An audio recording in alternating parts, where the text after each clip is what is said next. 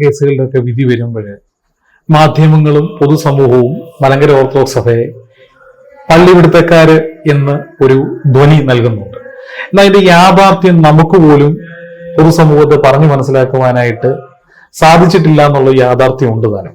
നമുക്കിത് എങ്ങനെ പരിഹരിക്കാനായിട്ട് സാധിക്കും? എപ്പോഴും ഈ അഫക്റ്റഡ് പാർട്ടി അണ്ടർഡോഗ്സ് എന്ന് പറയാവുന്ന ഒരു കേസ് വിജയിച്ച ഒരു ഭാഗത്ത് തോറ്റ ഒരു മറുഭാഗത്ത് നിന്നാൽ സിമ്പതി പിടിച്ചു പറ്റാനായിട്ട് ശ്രമിക്കാം എന്ന അയോധ്യ കേസിൽ ആ വിധി അങ്ങ് നടപ്പായി.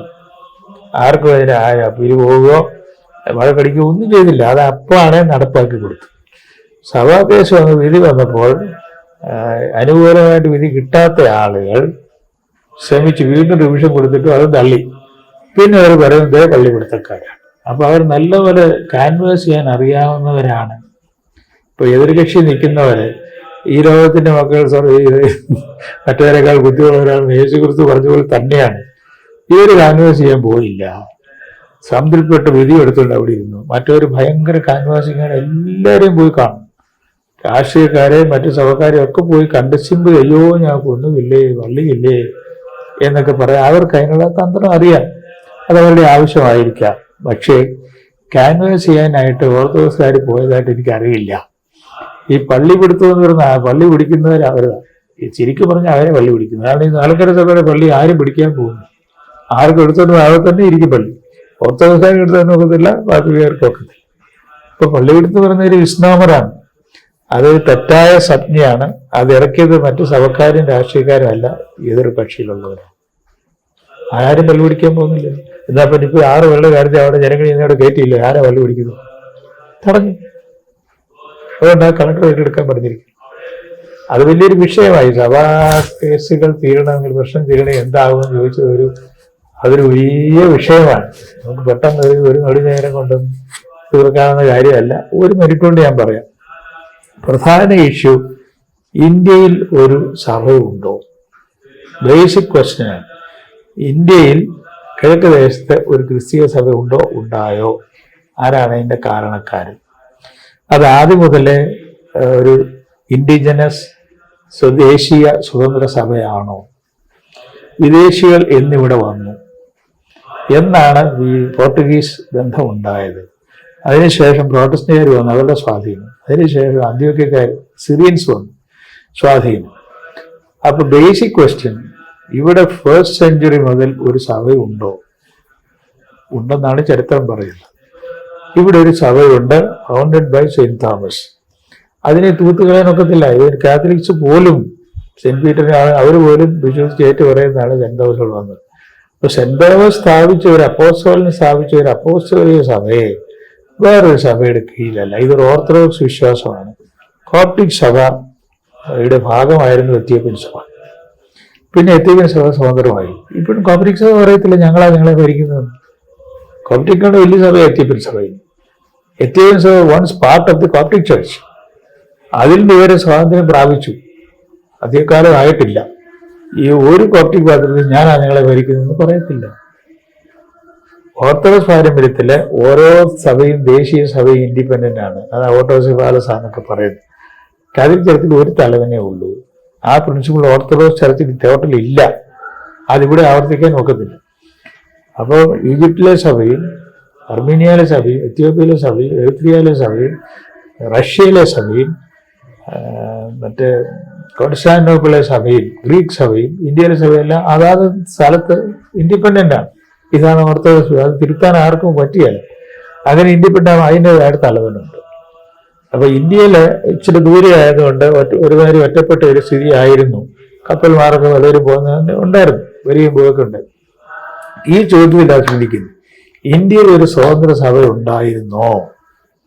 അതിന് ഇന്ത്യയെ അനുക്കുമോ? സെന്റ് തോമസിനെ ഇങ്ങോട്ട് അയച്ച യേശുക്രിസ്തു, വേറെ ആരുമല്ല. ഒരു പാത്രികേസും അല്ല സെന്റ് തോമസിനെ ഇങ്ങോട്ട് വിട്ടത്, യേശുക്രിസ്തുവാണ്. അതുകൊണ്ട് ഇവിടെ ഒരു ഇൻഡിപെൻഡന്റ് ചർച്ചാണ് ഉണ്ടായിരുന്നത്. ആദ്യം ചെറിയ വലിപ്പമൊന്നും ഇല്ലായിരിക്കാം, പക്ഷേ ഒരു സ്വതന്ത്ര സഭയായിട്ട്, നേറ്റീവായിട്ട്, ദേശീയ പാരമ്പര്യങ്ങളുടെ സഭയാണ് ഇവിടെ ഉണ്ടായിരുന്നത്. പിന്നെ പുറത്തുനിന്ന് വന്നവരാണ് ഇവിടെ ഈ പ്രശ്നം, ഡിവിഷൻ ഉണ്ടാക്കുന്നത്. ഇവിടുത്തെ വിഭാഗീയതയുടെ പ്രധാന കാരണം പോർട്ടുഗീസുകാർ വന്നു, ഒരു കഷ്ണം അതിന്റെ പുറകെ പോയി. ഇംഗ്ലീഷുകാർ വന്നു, അവരുടെ സാധനത്തിൽ പുറകെ പോയി മാർത്തോമാ സഭയൊക്കെ ഉണ്ടായി. സിറിയക്കാർ വന്നിട്ട് അടക്കി ഭരിക്കാൻ നോക്കി. ഈ കോളനിവൽക്കരണം എന്ന് പറയുമല്ലോ, കൊളോണിയലൈസേഷൻ, അതാണ് നടന്നത്. അതിനായി ഇന്ന് ശ്രമിക്കുന്നത്. നമ്മൾ ആരോടും വഴക്കടിക്കാനോ ആരുടെയും അവകാശങ്ങൾ കളയാനോ ശ്രമിക്കാൻ പാടില്ല.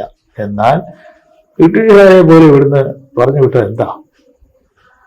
ഇപ്പൊ നമുക്ക് തോന്നുന്നു അവരാണ് കുറച്ചുകൂടി നല്ലതായിരുന്നു. അതൊക്കെ ഇതൊരു ഇൻഡിപെൻഡന്റ് രാജ്യമാണ്. വേറെ ആർക്ക് എന്ന് പറഞ്ഞാൽ മലങ്കര സഭ ഒരു ഇൻഡിപെൻഡന്റ് ചർച്ചാണ്. അത് വേറെ ഒരു സഭയുടെയും കീഴിലല്ല, യേശു ക്രിസ്തുവിന്റെ കീഴില്ല. ഞാനിത് കോട്ടയത്ത് പോയി യൂത്തിന്റെ മഹാസമ്മേളനം നടന്നു. ഇപ്പോഴും നല്ല കുറേ വർഷം മാധ്യസ്ഥിമാരാണ്. ഞാൻ പറഞ്ഞു, തിരുമേനിയുടെ മുകളിലൂടെ ഒറ്റ അധികാരി വരുന്നത് ജീസസ് ക്രൈസ്റ്റ്. യേശു ക്രിസ്തു താഴെ ആയിരിക്കുന്നത്. പല ഓർത്തഡോക്സ് സഭയിലും കാതോലിക്കയുടെ കീഴിൽ പാത്രീസ്യന്മാരുണ്ട്, അറിയാമോ? പാതകീയല്ല കാതോലിക്ക. അപ്പൊ ഈ തത്വം അംഗീകരിച്ചാൽ സുഖകരമായിട്ട് പോകും. പിന്നെ കോൺസ്റ്റിറ്റ്യൂഷനകത്ത് പറയുന്ന ബന്ധങ്ങളൊക്കെ കീപ്പ് ചെയ്യണം, അത് വയലേറ്റ് ചെയ്യരുത്. എന്തുകൊണ്ട് വേറെ സഭയുടെ കീഴിലല്ല. അപ്പൊ ഈ തത്വം അംഗീകരിച്ചു കഴിഞ്ഞാൽ വളരെ സുഗമമായിട്ട് കാര്യങ്ങൾ. പൗരോഹിത്യ ശ്രേണിയും വിശ്വാസികളും തമ്മിൽ വലിയ അന്തരംഗം ഇപ്പോൾ ഉണ്ട് എന്ന് തോന്നുന്നു.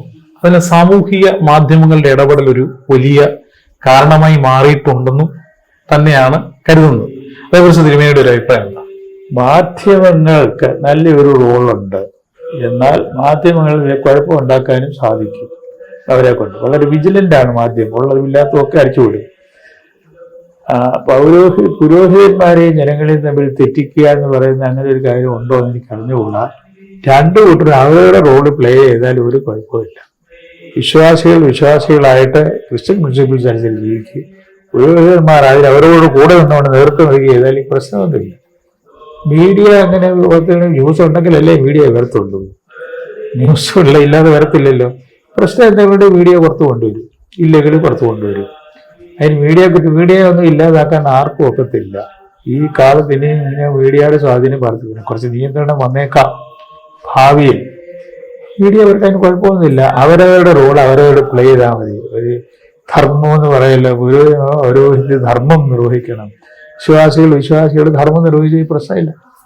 അതിൽ ലംഘിച്ച് പോകുമ്പോഴേ കുഴപ്പം. അപ്പൊ ഒരു പുരോഹിതന്റെ റോൾ വിശ്വാസി റോളി പുരോഹിതനും എന്ന പ്രശ്നമാണ്. സഭയുടെ വിഷനും മിഷനും ഒക്കെ ഒരുപാട് മാറിപ്പോകുന്നതായിട്ട് തിരുമേനിക്ക് തോന്നുന്നുണ്ടോ? നമ്മൾ അങ്ങനെ ഒരു സ്റ്റേറ്റ്മെന്റ് ഒന്നും ഇതുവരെ ഇറക്കിയിട്ടില്ല. വിഷൻ ആൻഡ് മിഷൻ സ്റ്റേറ്റ്മെന്റ് ഇറക്കിയിട്ടില്ല. എന്നാൽ ഓർത്തഡോക്സുകാർക്ക് അവരുടെ ഒരു വിഷനുണ്ട്. അവർ ഈ ഭൂമിയിൽ താമസിക്കുന്നു. ഇതിലെ അവർക്കൊരു തിയോളജിയും ദൈവീകരണം എന്നൊക്കെ പറയുന്ന കളിച്ചാൽ പൊട്ടാത്ത വാക്കുകൾ തിയോസിസ് ഒക്കെ പറയുന്നതൊക്കെ ഉണ്ടല്ലോ. എന്നാൽ ആ ചോദ്യത്തിന്റെ ആദ്യ ഭാഗം എന്തായാലും സഭയുടെ വിഷനും മിഷനും വിഷൻ അങ്ങനെ ഒരു സ്റ്റേറ്റ്മെന്റ് ഇല്ലാതെ ഞാൻ ആദ്യം പറഞ്ഞു. എന്നാൽ മിഷനെ കുറിച്ച് ഈ കൺവേർഷൻ ആണോ സോഷ്യൽ അപ്ലിഫ്റ്റ് ആണോ എന്താന്ന് വിഷൻ രണ്ട് വശങ്ങളുണ്ട്. മിഷൻ എന്ന് പറയുന്നതിന് ഒരുവെളുത്തിൻ്റെ രണ്ടും ചെയ്ത ആളാണ്. മിഷൻ എന്ന് പറയുന്നതിൽ ആളുകളെ കൺവേർട്ട് ചെയ്യുന്നതിലാണ് കാതലിക് സഭ അല്ല ചില സഭകൾ ഊന്നൽ കൊടുക്കുന്നത്. ഓർത്തഡോക്സുകാർ അങ്ങനെയല്ല. പൊതുവെ ഓർത്തഡോക്സ് ചിന്താഗതിയിൽ മിഷൻ എന്ന് പറഞ്ഞാൽ ജനങ്ങളെ സഹായിക്കുക എന്നുള്ളത്. ആ കൂടുതൽ അവർ വിശ്വാസത്തിൽ തോന്നേക്കാം. ആരെ നിർബന്ധിച്ചും അത് ചേർക്കരുതെന്നാണ് ഓർത്തഡോക്സ് വിശ്വാസം. അതുകൊണ്ടാണ് ഓർത്തഡോക്സുകാർ ഇന്ത്യയിൽ ഒരു മിഷനും ഇല്ലാത്തത് കാര്യമായിട്ട്. എന്നാൽ സമൂഹത്തിലെ അധികൃതരെ അല്ലാത്തവരെ ഉയർത്തിക്കൊണ്ട് വരാൻ പത്രോസ് തിരുമേനി ഉൾപ്പെടെയുള്ളവരെ ശ്രമിച്ചിട്ടുണ്ട്. അത് മിഷന്റെ ഭാഗമാണ്. അവർ പലരും ക്രിസ്ത്യാനികളായിട്ടുള്ളല്ലാത്തവരുമുണ്ട്. അപ്പൊ മിഷൻ ഇതാണ് ഓർത്തഡോക്സ് വിഷൻ. എല്ലാവരും സ്റ്റേറ്റ്മെന്റ് എഴുതി വെക്കുന്നതല്ല വിഷൻ. മിഷൻ വേണം. മിഷൻ ഇല്ലെങ്കിൽ സഭയിൽ ജീവനില്ലെന്നാണ് പറയപ്പെടുന്നത്. മിഷനും വേണം. രണ്ട് മൊണാസ്റ്റിസവും വേണം. അത് ചോദിക്കാത്തതുകൊണ്ട് അങ്ങോട്ട് പറയാം. മൊണാസ്റ്റിസവും വേണം, മിഷൻ. ഇത് രണ്ടും ഉണ്ടെങ്കിലേ സഭ നിൽക്കുകയുള്ളൂ. മലങ്കരയിൽ ഇന്ത്യയില് മൊണാസ്റ്റിസത്തിന് ദീർഘമായ ചരിത്രമില്ല. പേർഷ്യൻ ബന്ധം ഉണ്ടായിരുന്നപ്പോൾ ഈ അടുത്ത കാലം വരെ ഇൻഡിവിജ്വലായിട്ടുള്ള സന്യാസികൾ ജീവിച്ചിരുന്നു. സമൂഹങ്ങൾ ഉണ്ടായിരുന്നില്ല. 100 വർഷത്തെ പഴക്കേ ഉള്ളൂ മലങ്കര സഭയിൽ സന്യാസ സംഘങ്ങൾക്ക്. ആദ്യം ഉണ്ടായ സംഘം ബദരീലിയ, പിന്നെ പത്തനാപുരത്താണ്, അടുത്തടുത്താണ് ഉണ്ടായത്. അപ്പോൾ അതിനൊരു ദീർഘമായ പാരമ്പര്യം ഇവിടെ ഇല്ലാത്തത് കൊണ്ട് മൊണാസ്റ്റിസം മറ്റു ഓർത്തഡോക്സ് സഭകൾ വളരെ സുശക്തമാണ്. എത്യോപ്യയിലും എല്ലാം റഷ്യയിലും ഒക്കെ. ഇവിടെ അതിൻ്റെ വലിയ സിറിയക്കാർ വന്നവരായ നമ്മളെ മൊണാസ്റ്റിസത്തിൽ പഠിപ്പിച്ചിട്ടില്ല. ഒരു കുറവാണ് നമുക്ക്. അതുപോലെ തന്നെ മിഷനും. ഈ രണ്ട് കാര്യങ്ങൾ നമുക്ക് അടുത്ത കാലത്തൊക്കെ ഉണ്ടായിരുന്നെങ്കിലും അത് ശക്തിപ്പെടണം. മലങ്കര സഭ രക്ഷപ്പെടണമെങ്കിൽ ഈ രണ്ട് തൂണുകൾ നിൽക്കണം. ഒന്ന് മിഷൻ, മറ്റേ മൊണാസ്റ്റിസം.